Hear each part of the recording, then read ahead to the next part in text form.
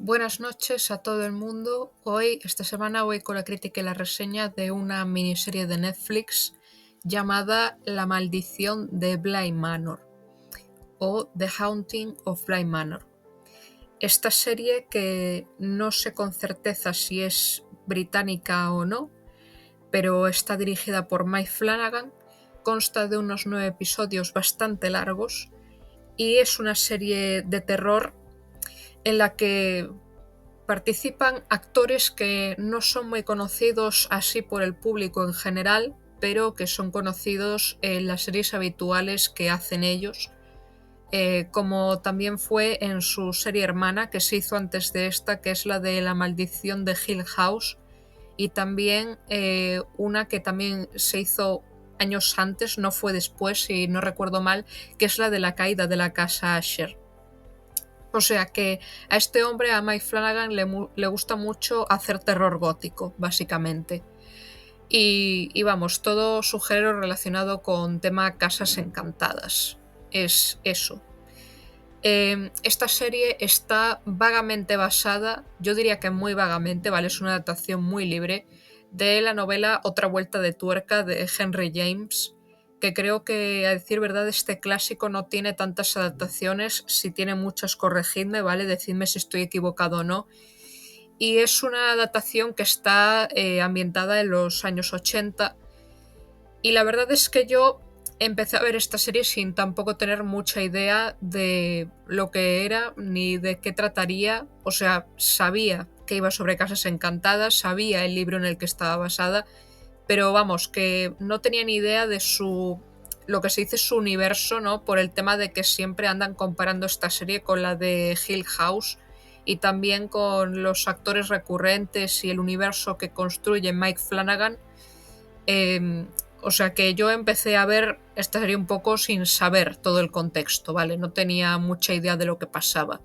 Y también la razón por la que he decidido ver esta antes que la de Hill House es porque esta tiene menos metraje, dura un poquito menos que la de Hill House.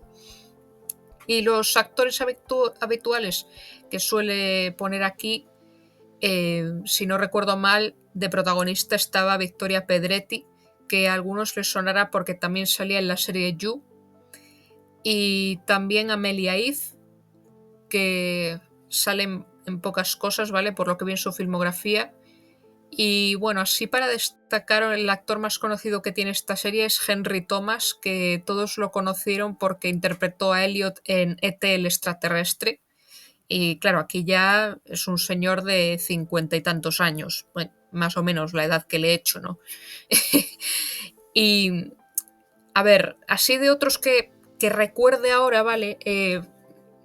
No sé por qué, pero había una que sí me sonaba de haberla visto antes en algún sitio, que era la que interpretaba a Jamie la jardinera, pero en versión mayor.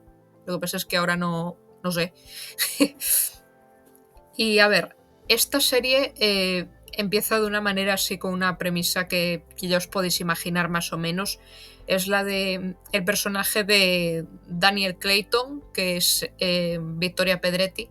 Es una joven que tiene un pasado muy triste y para olvidarlo, o por empezar de cero, por así decirlo, decide convertirse en una au pair, es decir, una niñera que cuida de dos niños que se han quedado huérfanos, que son ricos y tienen una mansión en Bly Manor, en Inglaterra. Y bueno, creo que ella es la única estadounidense del reparto, o el único personaje que es de ahí. Y estos dos niños, que tienen entre 10 y 8 años, pues el mayor es un niño que se llama Miles y la pequeña se llama Flora. Flora no tengo claro si tiene entre 7 u 8 años. Bueno, creo que tiene uno de esos dos. No sé ahora deciros si tiene 7 o si tiene 8. Vale. Bueno, sus padres murieron recientemente en un accidente que tuvieron en un viaje de negocios o algo así. Y ellos están bajo la tutela de su tío, que es el tío Henry. El personaje de Henry Thomas, vale, también se llama Henry. Y en la maldición, bueno, en la mansión, iba a decir la maldición, de Bly Manor, también está el personal que trabaja, que es Hannah, este personaje que es el ama de llaves. Luego está Owen, el cocinero. Y después está Jamie, que es la jardinera. que es el personaje de Amelia Eve. Y resulta que hay una historia así muy misteriosa de no saber qué ocurrió con esa mujer, ¿no? Que también desapareció la au pair anterior, que se sospecha que murió en extrañas circunstancias, y por eso Dani va a sustituirla y por eso quedaba vacante el puesto. La anterior au pair se llamaba Rebecca Jessel y bueno, parece ser que estaba muy unida a los niños, sobre todo a Flora, y la echan mucho de menos. Está ahí un poco con el tema de si ella sería capaz de reemplazar a la otra au pair, o si sería irreemplazable, o si le tendrán tirria por eso. No se sabe desde el principio. Y bueno, a medida que va pasando la serie, pues como no, hay apariciones fantasmales, hay cosas misteriosas y también hay tensión. Hay esa tensión de aquí habrá susto, aquí no habrá susto. Y claro, algunos os preguntaréis, ¿realmente esta serie da miedo? O dicen que es de terror, pero el tema es si realmente da miedo. A ver, yo personalmente me da más miedo el horror corporal, como ya dije una vez, o el terror psicológico.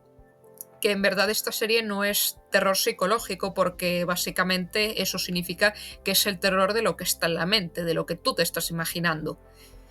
Así que no va tanto por ahí la cosa. Y a ver, a mí miedo, lo que es miedo, esta serie no me lo ha dado. O sea, te da el típico miedo de los jumpscares, que tú te asustas porque de repente te aparece un rostro sin cara, o sea, sin facciones, todo deforme y te aparece así con la música del ¡pum! Y, y sabes si te pega el susto, pero aparte de eso, no. No es que me diera miedo exactamente, pero a ver, la historia está bien por el tema de mantener el misterio, de saber qué es lo que pasa exactamente en esa mansión, por qué está maldita, por qué las personas desaparecen en extrañas circunstancias. Y, y bueno, esa tensión, digamos, se mantiene hasta el final. Estás ahí pensando cuál es el origen de todo, la explicación de todo. Pero bueno, claro, esta serie tiene unas cuantas pegas y las voy a decir, obviamente. No es una serie que yo le pondría una nota tan alta, es decir, es una buena serie, digamos, de terror en el subgénero de fantasmas, pero aparte de eso no veo yo más. O sea, hay cosas que yo creo que no hicieron bien en el guión. El tema de construir las subtramas, las historias, las cosas que le pasa a cada personaje, que a mí al final me dejan con mal sabor de boca en el último episodio. Que esto, a ver, debo admitir que me pasa con muchísimas series, ¿vale? Que yo tengo ahí unas expectativas de pensar cómo se van a cerrar todas las tramas, cómo se van a atar todos los cabos, cómo todo va a funcionar. Y yo me digo, quiero que el final sea satisfactorio, pero rara vez los finales me resultan del todo satisfactorios. Es decir, sí, me gusta el final, me gusta que acabe de esa manera, pero después me digo, le faltó algo. ¿Sabes? Hay pocos finales en los que yo me digo, no le quitaría ni le pondría nada, pero claro, aquí en Bly Manor me pasa lo mismo, digamos. No sé si lo hacían por querer rellenar momentos o minutos de serie, pero yo qué sé. A ver, el principal problema que creo que tiene esta serie, que creo que lo pensaron pero quizá no acababan de solucionarlo, es que hay muchas cosas, o sea, hay algunas cosas que no se explican, lo cual no hace que la historia se arruine, pero luego hay otras que yo me digo, vale, ¿y por qué me dedicas tanto tiempo a decirme el pasado, la historia de este personaje, si después no influye para absolutamente nada lo que es la conclusión final de la serie?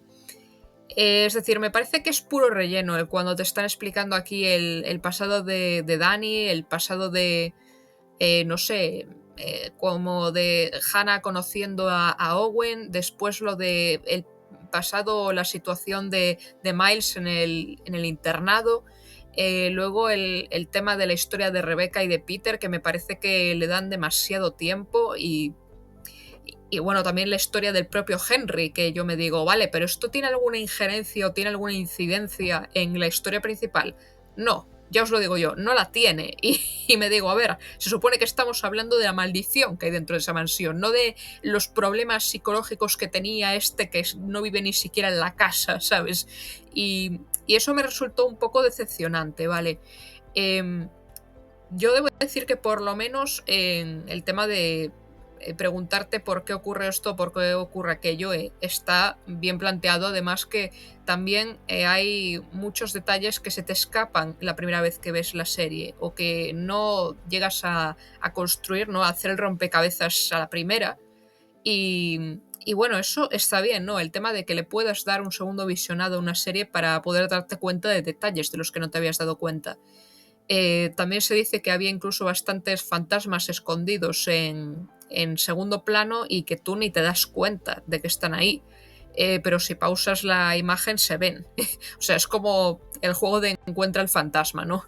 Y ese detalle me parece muy bueno, ¿no? Que nos da a entender que los fantasmas en Bly Manor siempre están ahí y que aunque los personajes no los vean, pues están ahí en todo momento, ¿no? Hay veces que pueden verlos y otras que no. Y bueno, ahora, la pega esa que yo digo es que hay episodios, como ya digo, un episodio entero que es sobre el tema de lo que le pasó a Dani, pero que no tiene absolutamente nada que ver, digo, con lo demás que va pasando aquí, que yo me digo, vale, le puedes dedicar unos minutos o algo, pero no un episodio entero. Y luego también el tema del personaje de Hannah, que a mí me parece una incoherencia tremenda en la historia. Que a ver, yo sé que más o menos la novela de Otra vuelta de tuerca es así, que no te dan en la conclusión o en el final una explicación a absolutamente todo lo que pasa.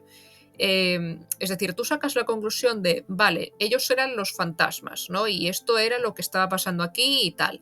Eh, pero vamos, que hay otros eventos que ocurrieron anteriormente a la resolución o a la gran revelación final que están ahí por estar, que son solamente puro relleno, que no te aportan absolutamente nada a lo que te dicen hacia el final. Pero que bueno, lo quieren poner porque así dan más profundidad a los personajes. Y yo en parte lo entiendo, pero no sé, como que yo quiero que haya una conexión, una explicación. No sé, yo soy así, ¿vale? Soy demasiado analítica. Yo le quiero buscar explicación a absolutamente todo. Le quiero buscar lógica a cada cosa que veo. ¿Y qué pasó con Dani? Primero, vale, su historia. Que resulta que esta mujer se iba a casar con un chico, ¿vale? Uno de toda la vida, de la infancia, llamado Eddie, pero luego se da cuenta de que no está enamorada de él. Y cuando están rompiendo, justo en esa escena, que ya me digo, es mala suerte, y también espero que al conductor le cayera un paquete, pues que un camión se lo lleva por encima, ¿no? Y claro, ella se queda con las gafas de Eddie como recuerdo, pero ella, como se siente culpable por lo que sucedió, pues ve su fantasma constantemente. Pero ya digo, esto es mucho antes de que vaya a Bly Manor. Y la pregunta que me hago es, ¿está viendo el fantasma porque es una proyección psicológica de su culpabilidad o porque es realmente su fantasma? Porque es algo que nunca nos explican. Y es algo que me dejaba... Una cosa que me dejaba un poco confundida, pero bueno. Luego, la historia de Flora y de Miles, que luego tiene otras subtramas que no tienen que ver, pero bueno, es que primero Miles está en un internado, como ya dije, no hay un episodio entero en el que se lo dedican a eso, y luego resulta que él hace varias cosas que parecen de psicópata, que tú te dices, este niño está fatal, pero que solo las hacía a propósito porque su hermana Flora le había escrito una carta diciendo, ven a casa, porque ella decía, no me siento segura aquí, necesito que estés conmigo. Y sí, básicamente por eso hacía todo lo que hizo y yo me digo, pero vamos a ver, ese chaval mató a un pájaro, luego que si se tira de un árbol, que si... Hombre, puedes hacer gamberradas a propósito, pero es que tú llegas a pensar que el niño está mal de la cabeza, que está fatal, que... O sea, eso es que por muy traumatizado que esté por la muerte de sus padres, esto, no sé, me parecía muy fuera de lugar. Luego, la otra subtrama que hay, que es que Flora no es hija de su padre, sino que es hija de su tío Henry. Vamos, que Henry estaba poniéndole los cuernos, o bueno, la mujer. O sea, su cuñada estaba teniendo una aventura con él y de esa unión pues nació Flora. O sea, Miles es hijo de Dominic, el otro hermano, pero Flora es hija de Henry. Y creo que obviamente por eso la relación se deterioró, pero no se divorciaron y creo que por eso hacían ese viaje para reconciliarse y fue el viaje en el que murieron. Pero bueno, a mí me sigue pareciendo un poco chirriante el tema de la razón por la que mueren los padres. O sea, no tiene absolutamente nada que ver con la maldición, ni con la casa, ni nada. Y yo me digo, vale, ¿y qué necesidad había de hacer los huérfanos? Es que yo eso no lo entiendo. Y quizá en otra vuelta de tuerca era algo parecido, pero no sé, me parece también como, bueno, ponemos aquí a los niños huérfanos porque tienen que estar desprotegidos de algún modo y que toda la responsabilidad recaiga en la au pair, no en la niñera. Después, la historia de Rebecca Jessel y de el novio que tenía, que además trabajaba para Henry, ¿no? Que era como su asesor en la empresa que llevaba, que es Peter Quint. Pues estos dos resulta que se enamoraron, ¿no? Porque el roce hace el cariño. Y Peter estuvo comiéndole la oreja diciéndole, oye, podemos escaparnos de aquí y empezar una nueva vida, y tú querías ser abogada, no tienes por qué estar aquí en este trabajo mediocre cuidando de unos niños. Vamos, que ella se lo cree todo, y resulta que Peter es un estafador y un ladrón y también un mentiroso. Y bueno, ¿qué pasó? Que murió en extrañas circunstancias, como ella.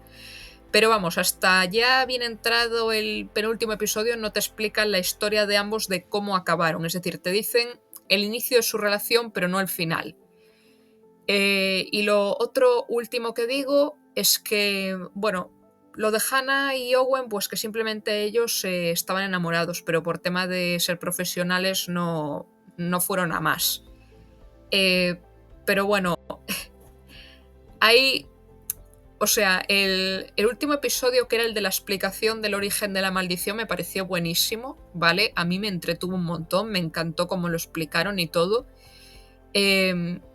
Pero luego hay cosas que yo me digo, a ver, yo no me quiero meter a este original, pero lo tengo que hacer, porque es obvio que Netflix lo tenía que hacer, y no es porque le esté buscando la quinta pata al gato, no, es que Netflix siempre tiene que meter estas mierdas y, y la verdad es que, a ver, en este caso, en esta serie le salió bien, gracias a Dios, ¿vale? Porque no acaba siendo una bazofia como suele hacer, pero Dios, es que parece que si no hacen eso no están tranquilos, y no sé si Mike Flanagan dijo algo al respecto, pero bueno, resulta que en esta serie tienen que meter, porque, como ya digo, Netflix tiene que hacer la lista de la compra, tienen que meter mujeres negras, mujeres lesbianas, hombres que no sean blancos y bueno, los que sean blancos, heterosexuales o, bueno, hombres en general, los tienen que poner como si fuesen el maldito demonio, y ahí casi ninguno se salva, porque, os lo juro,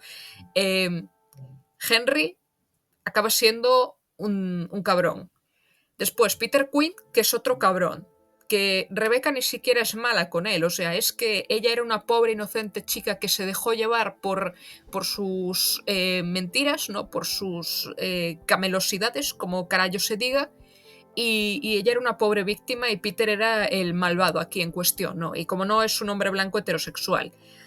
Después, que incluso Miles, que es un niño, ¿vale? Un niño, desde el primer episodio nos ponen que el tipo tiene comportamientos que son considerados creepies, que parecen de persona mayor. Y yo me pregunto si era porque en ese momento estaba poseído por el fantasma de Peter, pero es que no lo tengo claro. Yo diría que no. Y yo me digo, vale, ¿y por qué ese niño actúa así? O sea, yo no sé si era por influjo de la maldición o algo, pero es que hay incluso una parte en la que parece que se le insinúa a la niñera. Yo me digo, pero a ver, chaval, pero ¿qué estás haciendo? Y, y claro, al final de la serie vuelve a aparecer un niño normal como si nada. Y yo, pero ¿cuál es la explicación de este comportamiento? ¿Por qué está haciendo todo eso? ¿Por qué está así como cabreado con el mundo y no sé, faltándole al respeto a los adultos y todo? O sea, no te explican absolutamente nada. Yo no sé si es porque a lo mejor está frustrado, se desquita con los demás por el tema de sus padres, o si es porque él tenía como modelo de conducta a Peter y por eso lo está imitando. Yo tenía esa teoría, pero es que no sé, es algo que me resultó demasiado confuso. Y bueno, luego el tema de Owen, que es el único personaje hombre que se salva, pero básicamente porque no es blanco. Y ya está.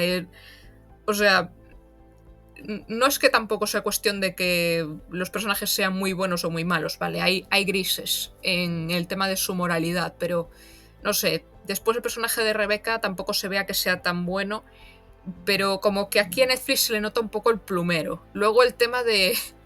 A ver, no me parece mal la relación entre Dani y Jamie.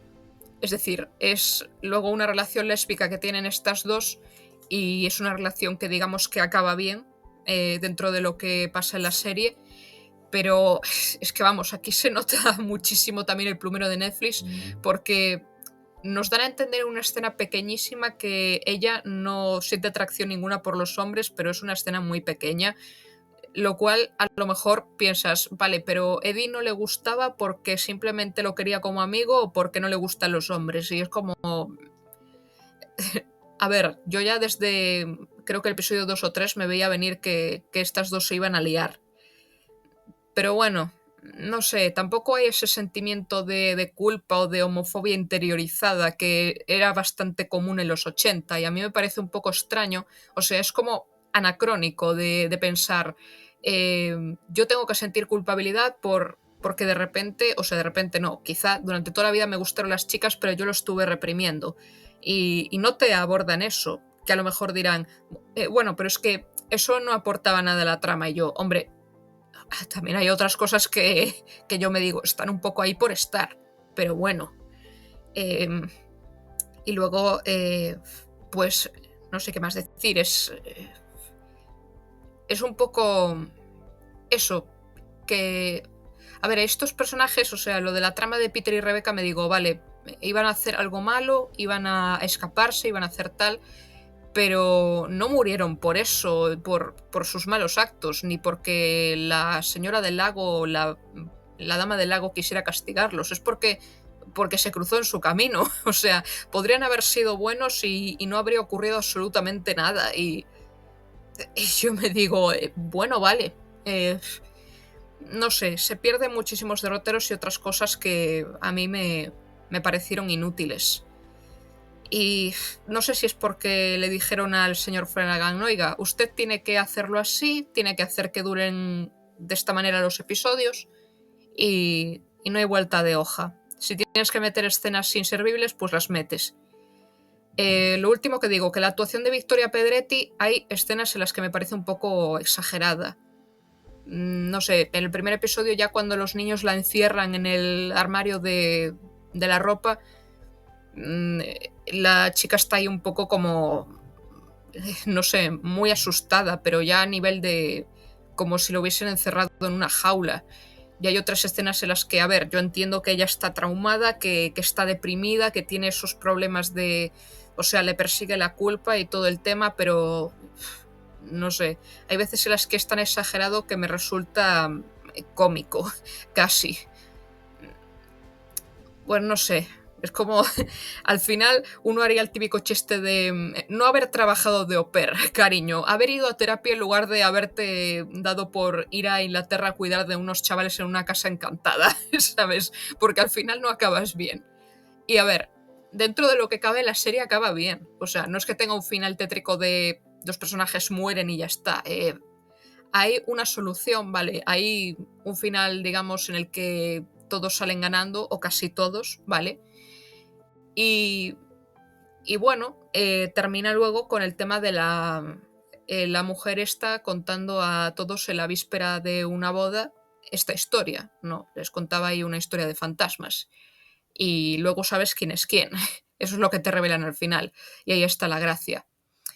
Eh, pero a ver, el destino de Dani también me pareció demasiado cruel para ella, que yo me decía, a ver, es obvio que después de lo que le pasa no iba a estar viva durante demasiado tiempo y no le iba a durar mucho, pero no sé. Eh, del cómo también llega a la conclusión hacia el final de que esa es la única solución, tampoco lo llega a entender. Es como, bueno, quizá porque vio antes lo de Peter y Rebecca poseyendo a los niños, llegó a esa conclusión, pero el hecho de que dijera esas palabras para que luego el fantasma reaccionara, yo me digo, ¿y cómo demonios lo supo? Si es algo que se me escapó de la serie, pues tendría que volver a verla, pero no sé. Y bueno, con respecto al tema de si veré La maldición de Hill House, obviamente la veré, porque dicen que es mucho mejor que esta. Y bueno, sí. La recomiendo, podéis verla ahí en Netflix y la verdad es que está entretenida, está bien planteada y a pesar de todas estas cosas que he dicho de políticamente correctas que han querido meter, pues no es una serie que se vaya por enfangando, que vaya estropeando la historia. O sea, todo ahí, o casi todo, creo yo, es coherente. No hay un cabo suelto de decirte qué pasó con esto, qué pasó con aquello. Pero sí es verdad que va demasiado por terrenos que no debería de ir, básicamente. En fin, tiene un 6 alto para mí, está bien, pero hasta ahí. Las actuaciones también están bien. Y nada, la tenéis ahí para verla. La maldición de Bly Manor de Mike Flanagan.